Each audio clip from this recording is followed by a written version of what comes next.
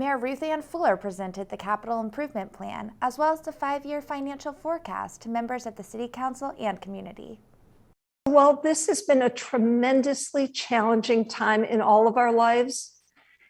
As we gather together tonight, October 4th, 2021, we actually have good reason for optimism. Our scientists delivered highly effective and safe vaccines. Federal and state legislators initially acted with unprecedented speed to funnel much needed financial aid to those who were suffering and to cities and towns, including Newton. We are delivering our essential services, teaching our students in person full time, picking up the trash and recycling, paving the streets, running our elections, supporting our restaurants and retailers, keeping our promises on retirement benefits to our employees, responding to emergencies, and keeping us safe. And we are supporting the vulnerable.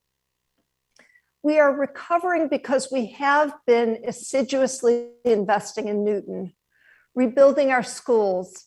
We cut the ribbon at Cabot just 2 years ago, paving our roads and improving our villages. Check out West Newton Square in Newtonville. Preserving our green spaces. Go for a walk in Webster Woods. And addressing climate change. Sign up for 100% green electricity through Newton Power Choice. Our team has made sure that the city of Newton is rock solid financially. And we have developed a long-range financial plan that shows us the path forward. The investments outlined in the financial plan and detailed in the capital improvement plan will help our people, our villages, and our city not just recover, but thrive. This past spring, our financial strength allowed me to announce that we would restart several important capital projects put on hold during the pandemic. The library children's room expansion and the renovation of the former Horace Mann into the permanent new home for our early childhood program are now under construction. With the important news from the Massachusetts School Building Authority that the Countryside Elementary School was accepted into its eligibility phase, I've committed ARPA funds to do our feasibility study. We have also resumed full feasibility and design work for the Lincoln Elliott School at 150 Jackson Road. We are beginning to engage with the Franklin, Ward Underwood, and Horace Mann Elementary School communities as we resume planning for those school buildings. As you can see, we have a lot of exciting work ahead on our aging school buildings. We are also recommitted this year to full funding of our transportation network improvement program to keep making progress on our roads and bike lanes, sidewalks, and traffic calming efforts all across the city. Thankfully, with the leadership of Commissioner Jim McGonigal and Deputy Commissioner Shauna Sullivan in DPW, our paving condition index continues to improve as we pave miles and miles of roads each year. But again, we still have a lot of work in front of us. This includes making our streets safer and smoother for those walking, biking, rolling, or riding. Notably, we committed ARPA funds to assist us in creating a first ever bike pedestrian plan for the city next year. The capital improvement plan clearly shows our strong commitment to making major improvements under the leadership of Commissioner Nicole Banks and Deputy Commissioner Mark Welch of Parks, Recreation, and Culture to our recreational resources, from Gath Pool to athletic fields and to trails and accessibility improvements in our parks and conservation lands. We also added funding to the CIP to replace the 2 artificial turf fields at Newton South and another at Newton North as they reach end of life. We previously added a project for field lights at North, and now tonight are adding another for Newton South's Brandeis Field. With the change to later start times at the high schools and the durability of these turf field surfaces, we want lighting to maximize playing time for both our school athletes and our youth league teams. While capital investments are critical to make progress on athletic fields, I also greatly increased annual grounds and athletic field maintenance funding, more than tripling the monies dedicated to fields in the FY 2022 budget. As we saw during the pandemic, residents of Newton love and heavily use our parks and open spaces. I'm creating a Trails Advisory Committee, a first for the city, to improve coordination between all the wonderful groups dedicated to trails on parks and conservation lands. I'm also using ARPA funds to take care of our expanding tree canopy. The pandemic showed us how essential arts, culture, and community is for nourishing our souls while bringing customers to our village centers. Like the Hyde Center's fabulous performance stage in Newton Highlands, perhaps we can create a pavilion with the help of Paula Gannon, our Director of Cultural Development, at the Newton Center Bowl. I've set aside ARPA funds to conduct a feasibility of such a pavilion. COVID-19 certainly made us appreciate the importance of ventilation systems. Over the last year, we made $5 million of investments in every school and every classroom. Our school ventilation work is now considered the gold standard.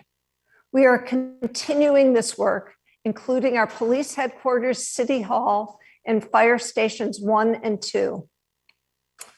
Just a few weeks ago, the city's inventory of buildings rose from 84 to 85. We bought the West Newton Armory from the Commonwealth for $1 to transform it into 100% affordable housing. We look forward to sharing with the community the 7 proposals from nonprofits hoping to partner with the city on this exciting project. The Newton Center for Active Living, affectionately known as NewCal, is moving along very nicely, and our older residents are excited. We've decided on the place, Newtonville, and on a new building. Design work is moving forward with kudos to Senior Services Director Jane Colino, Public Buildings Commissioner Josh Morse, and Deputy Commissioner Alex Balcarce. Let me go into more detail about the $63 million that the city is receiving from the American Rescue Plan Act, otherwise known as ARPA. I've learned a lot from listening sessions and emails. Our city councilors, all of you, and school committee members weighed in. Residents, community groups, business owners, and the heads of nonprofits spoken up. Many people sent along thoughtful emails to arpainput@newtonma.gov. We still welcome those emails. Keep them coming. While I will continue to ask for input, as some of the investment decisions of necessity will be made over the next few years, we have clearly made a number of decisions already, which will help get these funds invested and make a difference right now. Here are the principles that are guiding our decisions. First, help those most impacted by the pandemic. This includes people with limited resources, those who are unemployed, our youngest and our oldest residents. Focus on diversity, equity, and inclusion. Invest in helping those needing mental health or other medical resources. Ensure access to the internet. And use the funds for outdoor spaces, including trees, and recreational opportunities, as during the pandemic, they proved vital to physical and mental health, as well as shared opportunities for community, friendship, and happiness. Tonight, I want to share that following continued reports of low-income Newton households still struggling with the economic effects of the COVID-19 crisis, I have made the decision to use $1 million of the city's ARPA funds to launch a new emergency housing and utility assistance program as a stopgap for those households in need as they continue to seek additional resources available from the state.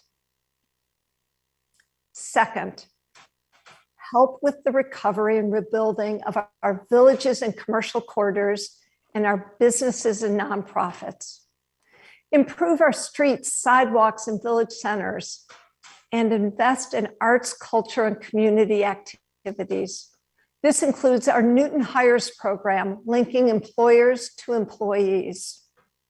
Third, support the operations of the Newton Public Schools and the city in the face of increased needs of our students and residents and revenue losses. Be sure to ensure that all our students and staff have the resources they need for achieving our goals of academic excellence, educational equity, and social and emotional health and wellness. Fourth, ensure we seed those initiatives that will help Newtonians in our city not just stabilize and recover, but permanently be more resilient, livable, vibrant, inclusive, and sustainable. Use our ARPA investments strategically so as to complement those of state and federal programs. We have been granted a unique opportunity with these ARPA funds to help our community recover and to shape the future of this good city.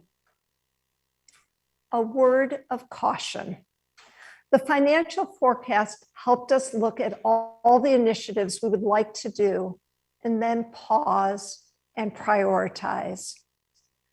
Even with the ARPA funds, our 5-year financial forecast transparently shows a gap in each year between revenues and expenses, a gap that our past financial forecasts have also shown. These gaps must be and will be addressed each year, just as we did with our FY 2022 operating budget. The City of Newton will continue to always have a balanced budget, and every taxpayer dollar will be invested prudently.